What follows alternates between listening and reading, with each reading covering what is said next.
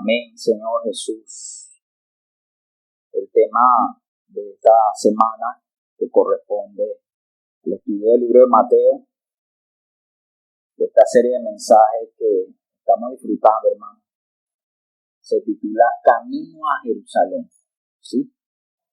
Camino a Jerusalén. Y tiene como base bíblica esta porción de la palabra, Mateo capítulo 16, versículo 21. Dice de la siguiente manera: desde entonces comenzó Jesús a declarar a sus discípulos que le era necesario ir a Jerusalén y padecer mucho de los ancianos, de los principales sacerdotes y de los escribas, y ser muerto y resucitar al tercer día.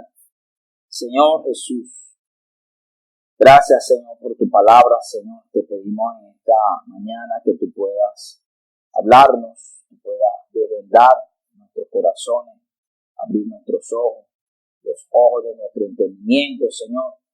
Queremos comprender lo que hoy tú quieres hablar para nuestras vidas.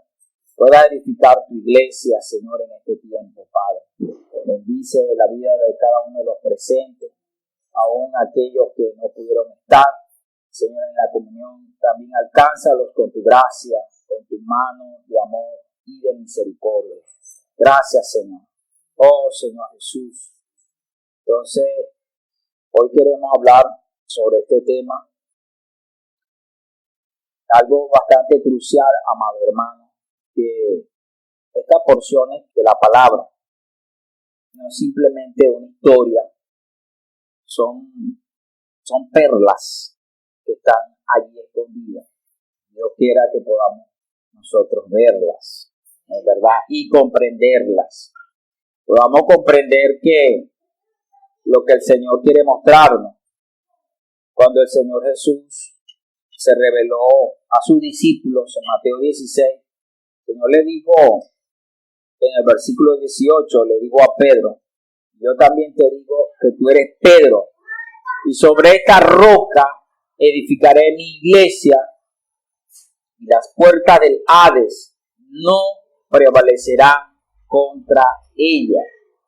Versículo 19 dice: a ti te daré las llaves del reino de los cielos, y todo lo que atares en la tierra será atado en los cielos, y todo lo que desatares en la tierra será desatado en los cielos.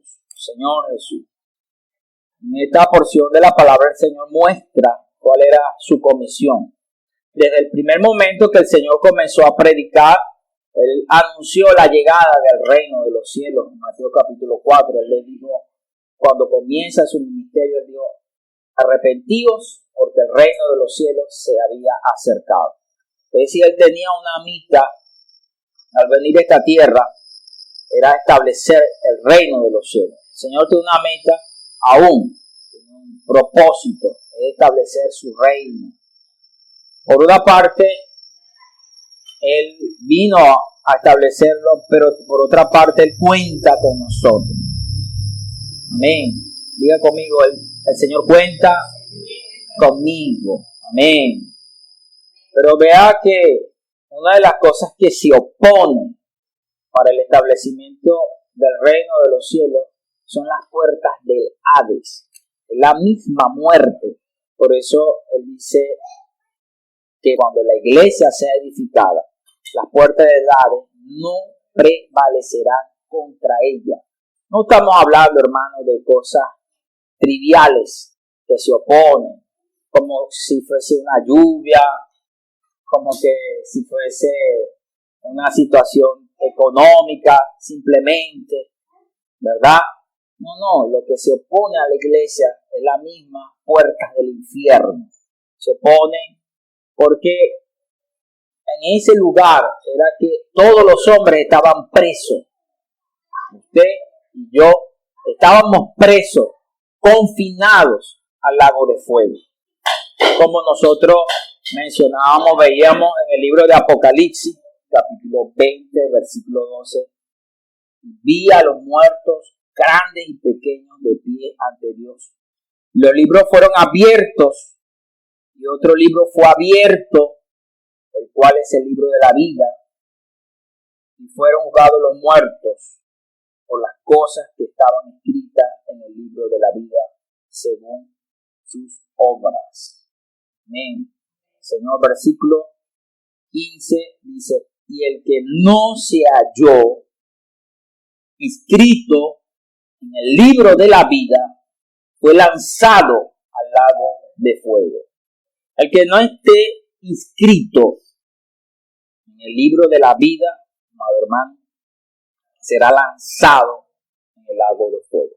Nosotros, antes de creer, de ser salvos, de recibir la vida de Dios, estábamos allí.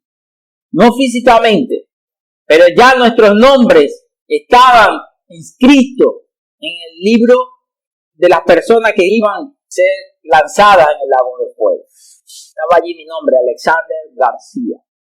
Porque dice la palabra en Romanos capítulo 5, que el pecado entró en el mundo y por el pecado la muerte, y así todos pecaron, como todos pecaron, estaban destituidos de la gloria de Dios. Romanos capítulo 5, vamos a leerlo. Romanos capítulo 5, versículo 12 dice, por tanto, como el pecado entró en el mundo por un hombre y por el pecado la muerte, así la muerte pasó a todos los hombres, por cuanto todos pecaron. Todos pecamos, hermano. Todos estábamos allí. Desde el momento de nuestra concepción, nuestro nombre fue escrito en ese libro, en el libro de las personas que iban a ser lanzadas en el lago de fuego. Instantáneamente fue escrito. ¿Por qué? Porque formamos parte de esta humanidad caída que estaba corrompido por el pecado. Y el Señor Jesús, Él dijo, yo edificaré mi iglesia. El Señor se dispuso a producir una iglesia, un pueblo. Pero ¿de dónde lo iba a sacar? Lo iba a sacar del lago de fuego. Él tenía que enfrentarse con la misma muerte. El Señor tenía que entrar en la muerte y sacarnos a nosotros. Cuando el Señor murió en la cruz, Él se enfrentó con las puertas del Hades. Él mismo. Pero Él, que Dios todopoderoso, ¿no? El inmortal, en que habita la vida divina, la vida eterna, la vida increada, era el único que podía enfrentarse con la muerte. La muerte nos tenía preso, aprisionado. Allí. Él tenía que enfrentarse, era con la misma muerte. Por eso en Mateo capítulo 16, cuando el Señor revela la manera como le iba a producir el reino de los cielos en esta tierra, porque todos los hombres, como le decía, todos los hombres estaban presos por la muerte. Estaban presos allí, aunque estaban vivos. Usted ve a una persona allí y usted la ve viva, pero él está preso. Su nombre está escrito en este libro para ser lanzado en el lago de fuego. ¿Quiénes están? Pienso por un momento. ¿Quiénes de su vecino, de su familia, no están allí en el libro de la vida? Aún nuestros hijos, cuando nacen, muy bonitos, pero ellos están allí escritos. Por eso el Señor dijo, yo edificaré mi iglesia y las puertas del Hades no prevalecerán contra ella. Pero por otra parte el Señor le da una comisión a Pedro y le dijo, y a ti te daré las llaves del reino de los cielos. Amén. A ti te daré las llaves del reino de los cielos. Después de que el Señor abriese el camino para que los hombres salieran de la muerte y entrasen a la vida, el Señor le dijo a Pedro y nos dice a nosotros, y a ti te daré las llaves del reino de los cielos. El reino de los cielos es el reino de vida, no es un reino de muerte. Entonces el Señor sacó a muchos, pero es de nosotros abrir esta puerta para que esos muchos puedan entrar. Por eso el Señor, después que dijo esta palabra, En Mateo 16:21 dice, desde entonces comenzó Jesús a declarar a sus discípulos que le era necesario ir a Jerusalén, padecer mucho de los ancianos, de los principales sacerdotes y de los escribas, y ser muerto y resucitar al tercer día. El Señor tenía que cumplir 4 etapas. La primera, ir a Jerusalén. La segunda, debía padecer mucho de los principales sacerdotes y de los ancianos y de los escribas. Y luego, ser muerto, tercera etapa. Y la última, resucitar. ¡Aleluya! Amén. Resucitar. Pero ver un proceso difícil, un proceso doloroso. No era fácil. Señor Jesús, leímos la semana pasada que el Señor fue rechazado, fue despreciado, fue examinado. Ser examinado es ser cuestionado. Él fue cuestionado. Y además de eso también fue traicionado. Cuando el Señor le dijo a Pedro que era necesario padecer, era toda esta parte antes de su muerte física, que iba a ser dolorosa porque era una muerte física.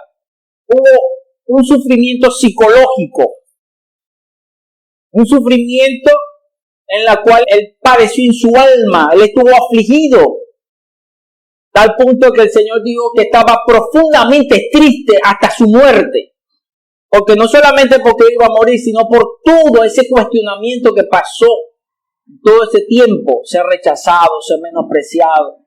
No duele ser menospreciado por nuestra familia, por un ser querido. El Señor Jesús quería a su pueblo. Él dijo, a los suyos vino, mas los suyos no lo recibieron. A todos los que le recibieron, amén, a los que creen su nombre, le dio potestad de ser hecho hijo de Dios. Es decir, es doloroso, hermano, cuando alguien te rechaza. Pero eso el Señor lo pasó. No solamente por enfrentarse a la muerte, también tuvo que enfrentarse al desprecio de aquellos que él amaba, el rechazo de aquellos que él amaba, a la traición de sus íntimos, para salvarnos. Oh Señor Jesús, cuánto necesitamos realmente ver, hermano, el amor que el Señor tuvo para con nosotros. O para nosotros realmente entregarnos por su edificación. El Señor cuenta completar esta obra de salvación del hombre con la cooperación de nosotros. El Señor hizo eso por ti, lo hizo por mí. Señor Jesús, ¿por qué no hacerlo por otro?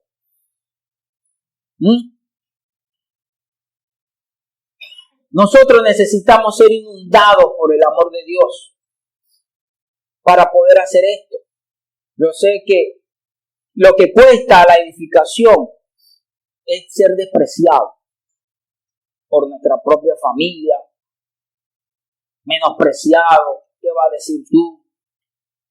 Yo te conozco. Tú sabes, nosotros somos menospreciados. Quizá a los ojos de los hombres, ese lugar, allí, ¿verdad? Pero somos el pueblo de Dios. Así como Cristo era un hombre, le dijeron, ¿quién es este? Cuando entró a Jerusalén, ¿quién es este? Jesús. Otro decía, él es el hijo de José, el carpintero, como dicen. Oh Señor Jesús, menospreciándolo. Cuando dijeron realmente Él es Jesús, cuando Él entró en Jerusalén, Él es Jesús, el profeta de Galilea, de Nazaret, realmente le estaban menospreciando porque Nazaret era un lugar menospreciable, que nadie valoraba, nadie apreciaba. Pero realmente, amado, nosotros hoy apreciamos al Señor. Señor Jesús. Realmente nosotros, Dios cuenta con nosotros. Y hoy Dios quiere poder hallar descanso, amén, en nosotros. Señor Jesús, Dios, en medio de este caos, que aún todavía hombres que Él ama y les tiende la mano, les tiende su misericordia, Él sigue siendo rechazado, sigue siendo menospreciado. Porque, ¿qué cuesta a Dios cortarle la vida a un hombre que a muchas veces hasta lo maldicen? Se amotinan contra Él y blasfeman contra Él. ¿Qué cuesta a Dios para cortar la vida y decir, bueno, ¿te crees tan grande? La pandemia nos mostró que realmente el hombre no es muy fuerte. Te crees muy fuerte, muy sabio, con muchas capacidades, mucha tecnología. Voy a mandar un virus. Todos se volvieron locos. Señor Jesús, somos tan frágiles, tan vulnerables, hermano. Señor Jesús, pero Dios en su rico misericordia, en su rico amor, Él sigue teniendo su amor y paciencia para con los hombres y para con nosotros, para que ninguno perezca, sino que todos procedan al arrepentimiento. Necesitamos ser compungidos por esto, por este amor, hermano. Dios se atrevió, como dice el versículo de Filipenses capítulo 2, que dice que Él se humilló, Él no estimó ser igual a Dios como cosa que aferrarse, Señor Jesús, sino que se humilló. Amén. Señor Jesús.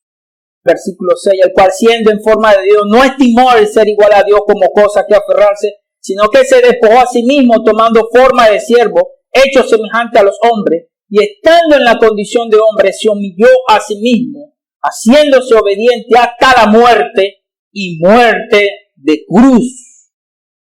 Él no merecía, ni tampoco debía hacerlo, pero lo hizo por amor a nosotros.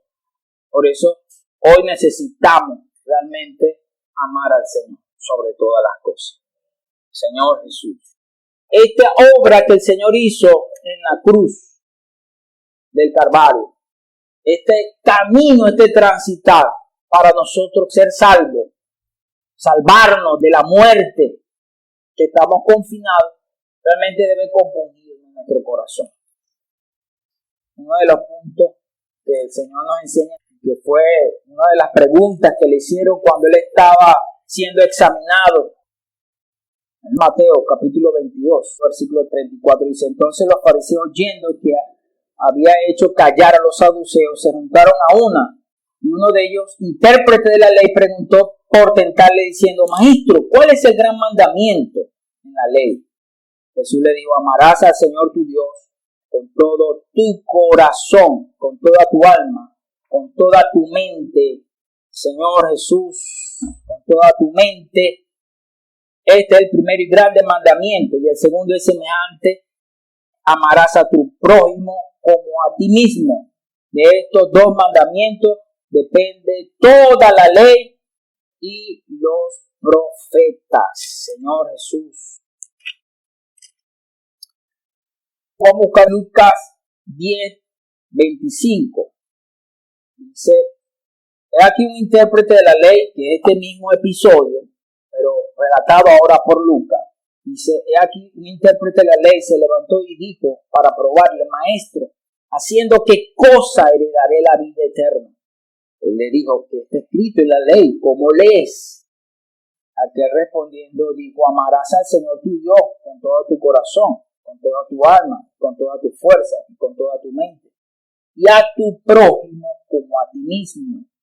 Versículo 28, Él le dijo: bien has respondido, haz esto y vivirás. Señor Jesús, amar a Dios y amar a nuestro prójimo está muy relacionado. Cuando nosotros somos inundados por el amor de Dios, realmente amamos inmediatamente a nuestro prójimo. No podemos decir: yo amo a Dios, pero no amo a mi prójimo. Hermano, ¿cómo no manifestar el amor a nuestro prójimo brindarle, hermano, simplemente algo que hemos recibido gratuitamente. Simplemente le vamos a hablarle del Evangelio. Darle a conocer el Evangelio. Predicar el Evangelio a nuestro cónyuge, a nuestros hijos, a nuestros hermanos. Hoy necesitamos salir de verdad, hermano, con una reacción fuerte. Porque esto demuestra que realmente hemos recibido el amor de Dios. Cuando reaccionamos de manera fuerte por lo que el Señor hizo por nosotros, realmente demuestra que hemos recibido el amor de Dios. Que amamos al Señor. Amamos al Señor, amamos lo que Él ama, a lo que Él desea salvar. Usted dirá, hermano, pero es que no sé. ¿Quién sabe? Hay una escuela para ser esposo, para ser esposa. Hay una escuela para ser padre. Sí, bueno, ahí hay personas que dan charlas, pero nada de esas charlas realmente son reales. No ayudan si no tienen como base el amor. Lo que realmente nos capacita para ser buenos esposos, buenas esposas, buenos padres, buenas madres, es amar. Simplemente cuando amamos, hacemos cualquier cosa por el bien de nuestros seres queridos, por nuestro esposo, por nuestro cónyuge. Mi esposa no sabía cocinar, pero ella me amaba y me ama todavía, eso espero. Amén. Pero ella me ama todavía. Ella ha aprendido a hacer muchas cosas por amor. Por amor ha aprendido a hacer muchas cosas por sus hijos, a cocinar, a atender, a hacer aquello. Hermano, es que yo no sé. Pero el que ama busca aprender. Él no sabe, pero el que ama busca suplir la necesidad. El que no ama busca excusas, cuestiona, se justifica, pero el que ama realmente actúa. Es movido porque hay una carga en el corazón. Por eso el Señor, como a este hombre, versículo siguiente, versículo 29 dice, pero él queriendo justificarse a sí mismo, dijo a Jesús, ¿y quién es mi prójimo? Respondiendo Jesús dijo, un hombre descendía de Jerusalén a Jericó y cayó en manos de ladrones, los cuales le despojaron e hiriéndole se fueron y dejándole medio muerto. Aconteció que descendió un sacerdote por aquel camino y viéndole pasó de largo. Asimismo un levita llegando cerca de aquel lugar, viéndole pasó de largo. Pero un samaritano, oh Señor Jesús, hermano, pero un samaritano que iba de camino, vino cerca de él y viéndole fue movido a misericordia. Este hombre se detuvo, ¿sabe por qué? Porque la palabra prójimo tiene que ver con ser semejante, vuestro semejante, ¿no? Nuestro prójimo, ¿quién es? Nuestro semejante. Es decir, el que se parece a ti. A veces nosotros pensamos que lo que le ocurre a otro no nos puede pasar. Y por eso lo ignoramos. Y por eso lo juzgamos. Pero hubieron 4 personas que iban por ese mismo camino. El que fue asaltado por ladrones, el sacerdote, el levita y el samaritano. Y el samaritano tuvo compasión porque él se identificó con este hombre que estaba allí. Él dijo, pude haber sido yo. Pude haber sido yo. Quizá el hecho fue reciente. Y digo, wow, minutos antes que yo pasara. Si él fuera pasado después que yo, fuera sido yo. Y él tuvo compasión, reaccionó. Por eso nosotros necesitamos ver que lo que hoy las personas están sufriendo, también nosotros podemos estar sufriendo. Pero gracias al Señor y a su misericordia, que Él nos socorrió, que nuestro buen samaritano, que es Cristo, nos socorrió, nosotros también debemos socorrer a otros. Decir, Señor, tú me salvaste antes, me diste vida, me diste salvación, me está dando tu palabra, me está trayendo a un lugar donde puedo ser cuidado, fuera a ser atendido. Y mire cómo sigue la lectura. Y acercándose vendó sus heridas, echándole aceite y vino, y poniéndole en su cabalgadura, lo llevó al mesón y cuidó de él. Otro día, al partir, sacó 2 denarios y los dio al mesonero y le dijo, cuídame, y todo lo que gaste de más, yo te lo pagaré cuando regrese. El buen samaritano realmente es Cristo, hermano. Señor Jesús. Y el Señor nos ha dado, en este caso, a nosotros que estamos en la iglesia, en el mesón. El mesón es la iglesia. Nos ha dado 2 denarios. Nos ha dado 2 talentos. Hermano, Dios nos ha dado 2 talentos. A las hermanas, veamos este talento. Le ha dado un alimento diario. Es el primer talento. Y ha dado el material de lectura, los libros espirituales del Ministerio de Mujeres. Hoy estamos revisando Mujeres de la Biblia, sus historias y legados. Tenemos Abrazadas por el Padre. Tenemos Mujer Virtuosa en Construcción. ¿Qué estamos haciendo con esos talentos? 2 talentos. Un alimento diario y un libro de Mujeres de la Biblia. 2 talentos se les ha sido entregado.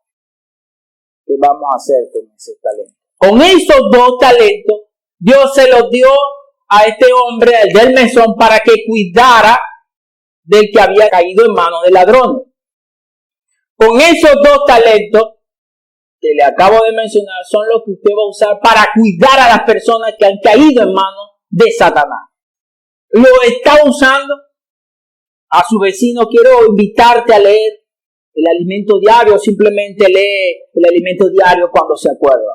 Ay, ¿verdad? Lucas 19, versículo 12. Vamos a leer el versículo 12. Dice, oyendo estas cosas, prosiguió Jesús y dijo una parábola por cuanto estaba cerca de Jerusalén y ellos pensaban que el reino de los cielos se manifestaría inmediatamente. Dijo, pues, un hombre noble se fue a un país lejano para recibir un reino y volver. Llamando a 10 siervos suyos, le dio 10 minas y le dijo, negocia entre tanto que vengo. Pero sus conciudadanos le aborrecían y enviaron tras él una embajada diciendo, no queremos que este reine sobre nosotros. Aconteció que vuelto él, después de recibir el reino, mandó a llamar ante él a aquellos siervos a los cuales había dado el dinero para saber lo que había negociado cada uno. Vino el primero diciendo, Señor, tu mina ha ganado 10 minas. Él le dijo, está bien, buen siervo, por cuanto en lo poco has sido fiel, tendrás autoridad sobre 10 ciudades. Vea, eran 10 minas y a cada siervo le dio una mina. Pero uno de ellos, con esa única mina, multiplicó y la llevó a 10. Vino otro diciendo, Señor, tu mina ha producido 5. Es decir, el que recibió una, la llevó a 5.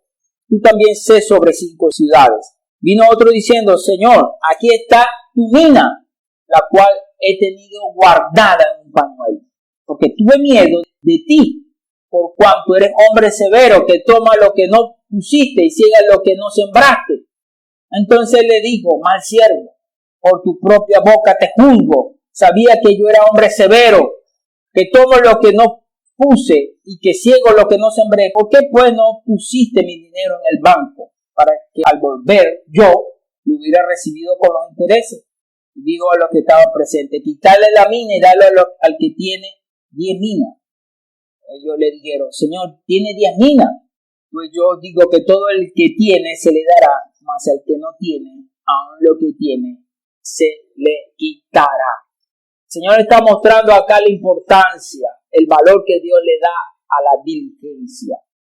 Porque no se lo dio el de 5, aunque el de 5 fue diligente. Pero ¿quién fue más diligente? El que multiplicó, hermano, hizo 10. Este hombre es el que me va a multiplicar más porque es más diligente. Pero realmente, ¿dónde estaba el poder? En la mina. Cuando usted siembra, ¿dónde está el poder? ¿En el que siembra o en la semilla? En la semilla. Porque usted lo que hace es sembrarla. Pues si usted no siembra, no se multiplica. El poder está en la mina. El poder está en lo que Dios le ha entregado. Usted simplemente debe confiar en lo que Dios le ha entregado. Dios le ha dado herramientas maravillosas. Le ha dado su palabra, que es poderosa para salvar a las personas. El alimento diario, en los libros espirituales, son armas, son minas que tienen mucho poder porque en ella está contenida la palabra de Dios. Por eso nosotros necesitamos realmente invertirla. Usted siembra una semilla y usted cualquiera ve, ¿qué es esto? Algo feo, seco. Pero como usted entiende que en esa semilla hay un poder de vida, usted la siembra. No esconda, no siga escondiendo los libros. No siga escondiendo el alimento diario. Úselo. Porque, amado hermano, Dios le va a pedir cuenta cuando Él regrese. Y eso demuestra realmente si amamos al Señor. Señor Jesús, mientras nosotros mantengamos esa mina enterrada, las puertas del Hades van a prevalecer. Van a prevalecer en nuestra familia. Usted quiere solucionar el problema. Usted no puede enfrentarse al problema con herramientas carnales. Usted tiene que enfrentarse al problema con herramientas espirituales.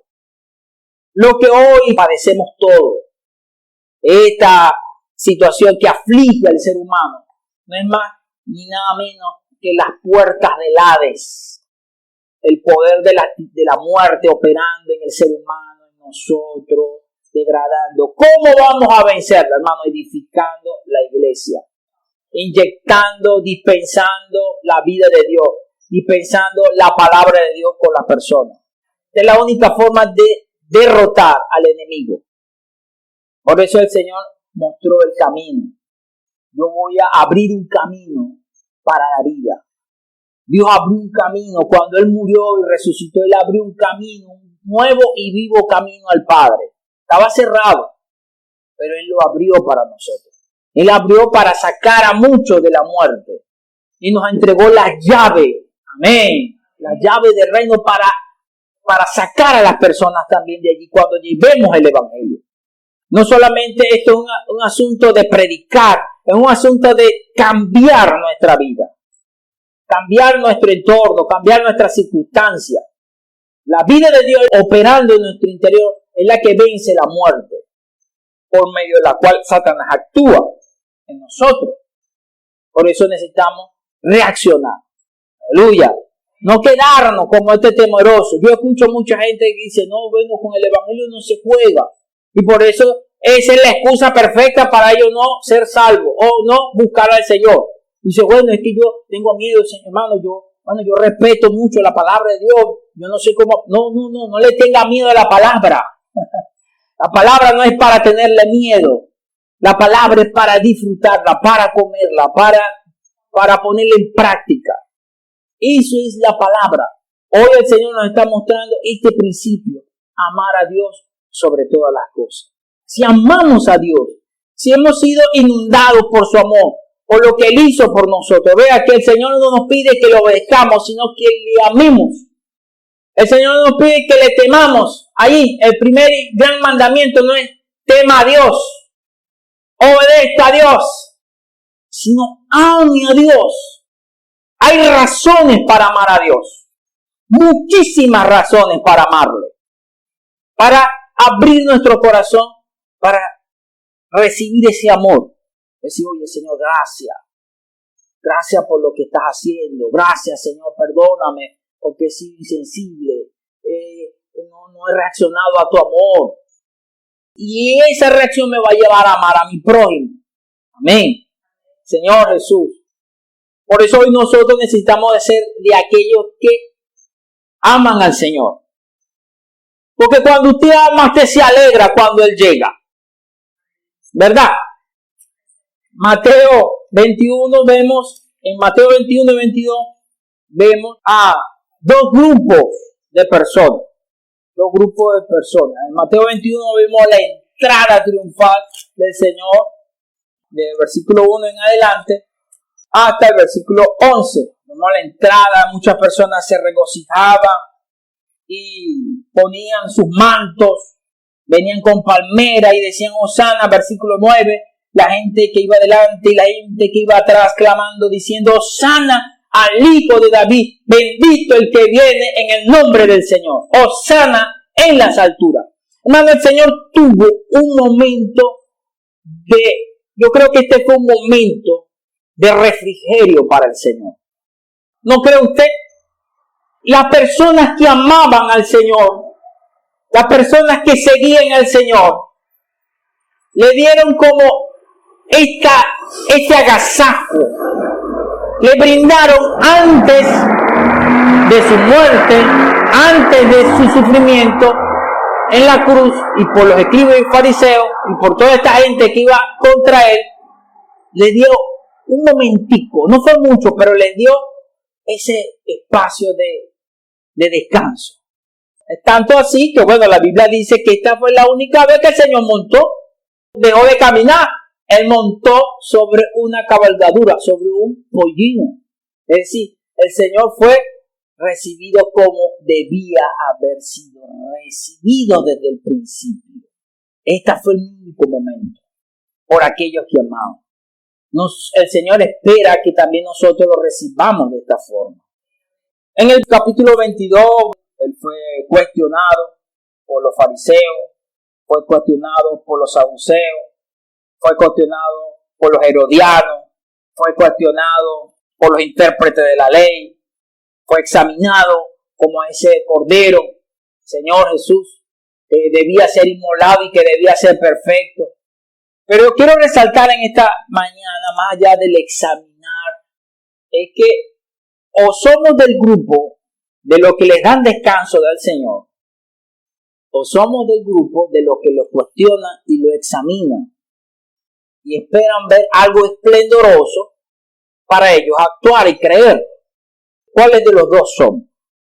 De los que examinan al Señor, están en la iglesia como examinando la palabra y cuestionando para ver cuál es la palabra que les gusta y cuál es la que no, o de las que realmente aman y reciben al Señor, se dan por el Señor. Nosotros necesitamos recibir. Hoy el Señor no está de manera física, pero está su palabra. El Señor está hablando a su iglesia a través de su palabra. Santiago 1:21 dice, por lo cual desechando toda inmundicia y abundancia de malicia, recibí con mansedumbre la palabra implantada, la cual puede salvar vuestras almas. Hermano, tenemos la palabra profética más segura, la cual hace bien estar atento, como una antorcha que alumbra en lugar oscuro, hasta el lucero de la mañana nace en nuestro corazón. Amén. Tenemos la palabra de Dios. Hoy el Señor nos está hablando su palabra. Él es el que nos está hablando. Necesitamos entonces reaccionar. ¿Qué cuestionaban los fariseos? ¿Qué le cuestionaban al Señor? Sus enseñanzas. Mira, Mateo 21:23 dice, cuando vino el templo, los principales sacerdotes y los ancianos del pueblo se acercaron a él mientras enseñaba y le dijeron, ¿con qué autoridad haces estas cosas?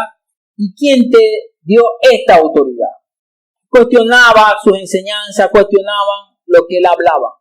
Recibir al Señor es recibir su palabra. Ponerla en práctica, obedecerla. Hermano, eso es recibir.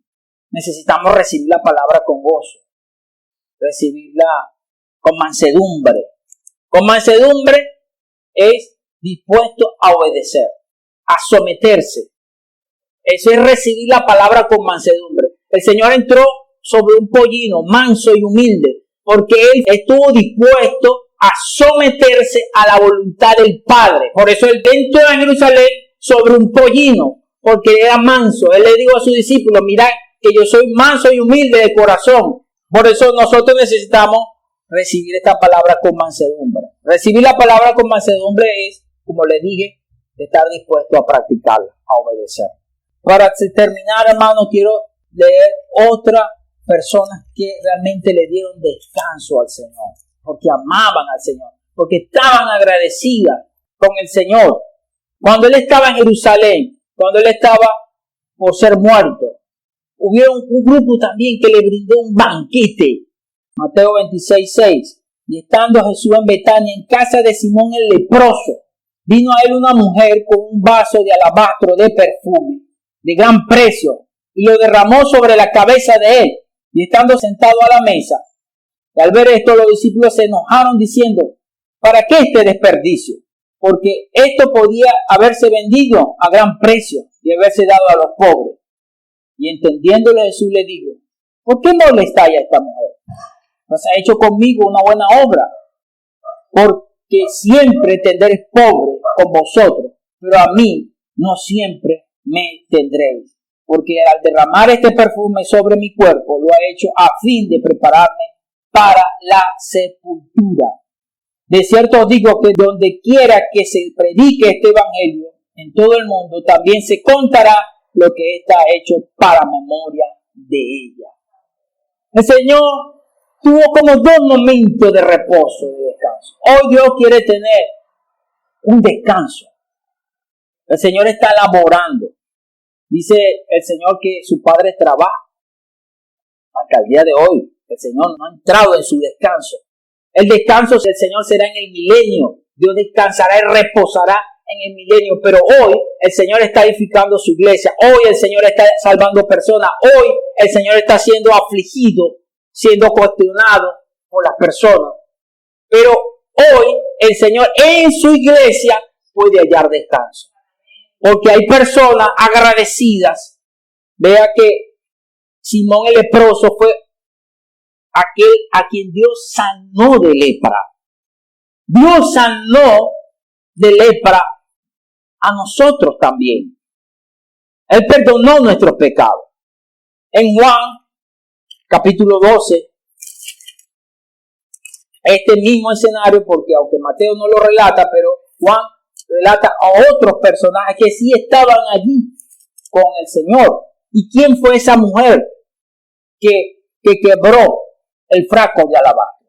Dice, 6 días antes de la Pascua vino Jesús a Betania, donde estaba Lázaro, el que había estado muerto y a quien había resucitado de los muertos, y le hicieron allí una cena. Marta servía y Lázaro era uno de los que estaban sentados a la mesa. Entonces María tomó una libra de perfume de nardo puro de mucho precio y ungió los pies de Jesús y los enjugó con sus cabellos. Y la casa se llenó del olor del perfume. No solamente estaba Simón el leproso, también estaba Marta, que servía al Señor. También estaba Lázaro, el que había resucitado el Señor. Nosotros, el Señor sanó nuestra lepra, que representa el pecado. El Señor también nos resucitó con Él porque estábamos muertos en delitos y pecados. ¿Cuál es nuestra reacción? Servir. Servir a qué es lo que Él nos está diciendo, a salvar a la persona. Y María, vemos que María dio lo mejor que tenía. Ella tenía un frasco de alabastro, de nardo puro, un perfume. Vean, cuando ella quebró el frasco, el perfume se evaporó. Pero con eso ungió al Señor antes de su partida. Hoy nosotros tenemos la oportunidad de ungir al Señor antes de su regreso, mientras estamos nosotros vivos. ¿Verdad? Hoy nosotros tenemos la oportunidad de consagrarnos a predicar el Evangelio. Hermano, cuidar a otros, cuidarnos entre nosotros mismos. No es un asunto de saber mucho y de que esté alguien con nosotros. Es de ser obediente y de amar al Señor. Es de poner en práctica esto. Es de amar al Señor por lo que Él hizo por nosotros. El Señor ha hecho muchas cosas. Hoy necesitamos ser agradecidos. Señor, decirle, Señor, yo quiero darte descanso. En este tiempo que tú estás edificando la iglesia, que hay mucha oposición, que el enemigo se ha levantado contra la iglesia, contra nosotros, contra nuestra familia, contra muchas cosas, para destruirnos. Pero yo quiero ser esto, que dan lo que tienen para ti, Señor. Señor Jesús, que podamos ser fieles en lo poco para que el Señor nos ponga en lo mucho cuando el Señor venga. Amén, nos diga, bien, buen siervo y fiel, sobre poco has sido fiel, sobre mucho te pondré. Entra en el gozo de tu Señor. Amén, porque el Señor halló descanso con nosotros. Amén.